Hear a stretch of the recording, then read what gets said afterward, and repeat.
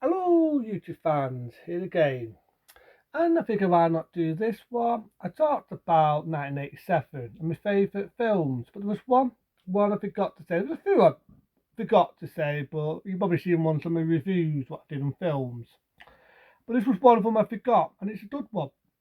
I remember when I was talking about the Video Nasty and the Video Nasty era. This is a sequel to the Video Nasty era, that being Evil Dead 2. Dead Before Dawn. That's right, Dead Before Dawn. Now we know the director in 1982 had a lot of shit, had a lot of stick in the days of the Video Nasty era with the original, the tacit, the Evil Dead. And he took it to tour, he won his chase, but nevertheless it was soon taken off the shelf. And it was only into what, early 90s, they re-released it again on video, but sadly to say, cut to shit. I told us now you can get the original, the tacit, the Evil Dead in its total and utter tat, meaning its total uncut form. But he made it big, the director, you know what I mean? He's the same director with doing us Spider Man. Yeah, we all make mistakes. He's doing us shit like Drag Me to Hell, which that film can definitely go to hell. Hell, hell, hell, because it's shit. And so on. But he did some good films. He did a lot of independent films. And he decided after the big success of all the big films he's done and the success of The Evil Dead, even though in the UK it was a nasty, he decided to do a sequel. And what a sequel! It was just as big and very popular and became a big hit, being Evil Dead 2, Dead Before Dawn. Now my only issue is it feels like I'm watching a fucking remake. Because the bring back Bruce Campbell, who was in the original one. And it's one of these, is he playing the same character, is he not? Because if you ever remember the original Evil Dead, it ends with him walking out of the hut. Then you hear that being that when the camera's filming, it's piling a beautiful scene, and it blows him in the air, and it ends like that. You're not sure whether he got wounded, whether he got killed, whether he's dead or not, but that's not the case because it is sort of like the same character. And there was a lot of reasons why they didn't do it. Where is he dead? Is he alive? And all this, and it feels like a remake, a reimagining, because they couldn't get the rights from the original company, and copyright and all this. So they had to do a total work. And a word like Ben said, this is the evil spirit, the dead eyes are fucking my voice. Um, so they made it basically its own film. So instead, you got him in the jaffing, in the woods, with his girlfriend. There's a date scene where his girlfriend gets possessed. He cuts her head off with the shuffle, and then there's a date bit where she bites his fingers and he saws her head in half. I think at the time, though, the director, because he had a lot of shit with the original, he tried to make it a bit more humorous. He tried to make it more funny, and he threw a lot of comedy in to try and hide the fact so it's not as nasty. You can get the big debate like he did in the original, The Evil Dead. So you've got the scene where the thing blows him in the air, just like how it ended in the original one. But this time you get the after shots where he almost turns into a dead eye, he fights it, and he comes back into ass. There's a date bit where his hand gets possessed and he saws his hand off with the chainsaw and he says, "Who's laughing now?" Ha ha ha ha. But I do love the bit. I love the bit where the house is fucking with him. You've got a deer laughing at him. You've got bucks laughing at him. You've got this deer's head laughing at him. And he's laughing and he knows that basically the fucking with him. And I like that. I like the bit where he shoots the wall. You've got Jean blood. You've got Leno blood. You've got Owen's blood. And all these different colour bloods. Again, the director, he was playing it safe. He didn't want it to get a bad rating. He did the X rating. So on.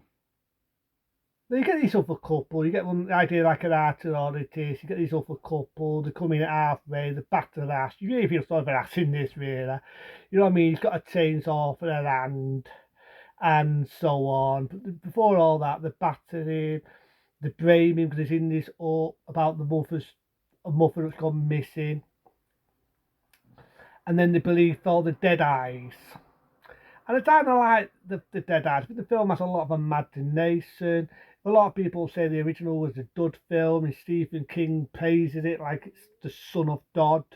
This film deserves the praise and all because at the end of the day, this film is just a damn good worthy sequel. It really, when gets going, it gets going. It's a fun ride. It's a fucking fun ride. So you got Wonder in it, but I love the series. You ever see a lot of this? I remember the DVD I've got. There's outtakes and behind the scenes, and some of the making is really, really funny.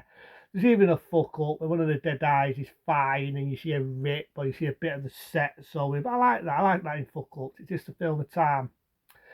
And there's a good bit of the eyeball which is in her mouth, and she's running out. And there's a bit where the branches are attacking her. I do know on YouTube, there's extended footage of that where there's a lot more traffic, there's a lot longer.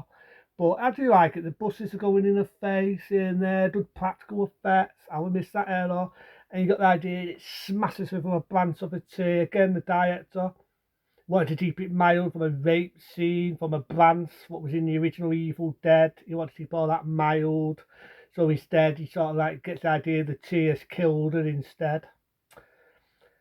And like I said, there's a lot of really, really good scenes, a lot of good gory scenes in it. There's a lot of imagination. And they get a book. Well, the woman tries to save him. The dead hand, what was his hand, stabs her in the back. And he gets sent to a different era. And you got the idea, you've got knights, you've got warriors, so the bit where he shoots his back demon. Then they all think he's a god, and he realises he's stuck in the 16, or I could be right one, I say 16 or the 15 century, and he's going, no, no, no. And then the film ends like that, which I suppose if you go into, let's say, 1992, I say 92, 93, when they did Army of Darkness, which is technically the third Evil Dead film, they're trying to foil that on. They do foil that on. Again with the character Ash. But I also the bit where he's got the chainsaw in his hand and he says that line, Juvie. And you could never see that Bill. You could never see that Bruce Campbell made a name for himself, whether it be the original, the Evil Dead 2, Dead Before Dawn, Army of Darkness, and some of the films he's done after, including the TV series. You could definitely see that this is a film that definitely made him a big cycle, made a name of himself being Bruce Campbell. And I do know he did some of his own stunts when he was making the film. He literally threw himself on the floor, he was whacking himself on the face, he was throwing himself across walls and everything just to give it that effect. So he actually did some of his own stunts, so we'll salute Bruce Campbell for that. But I say it's a good horror film, it has a good imagination, it's got a lot of humour for it. Fuck it, I like the Evil Dead 2, Dead Before Dawn. I like it, so fuck it.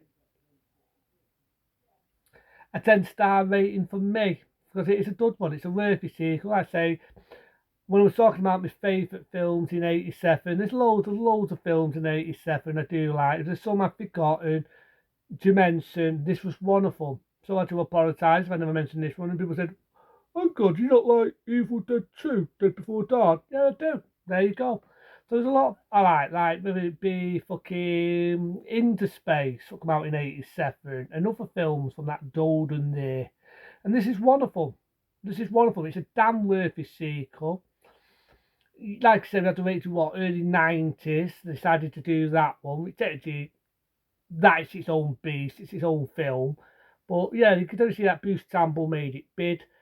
They took a chance, like Root the director, he took a chance from doing a sequel from a film that originally was a video nasty, which I was never into all that bollocks anyway.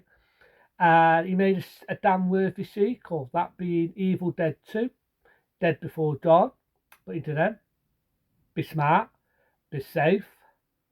See you later.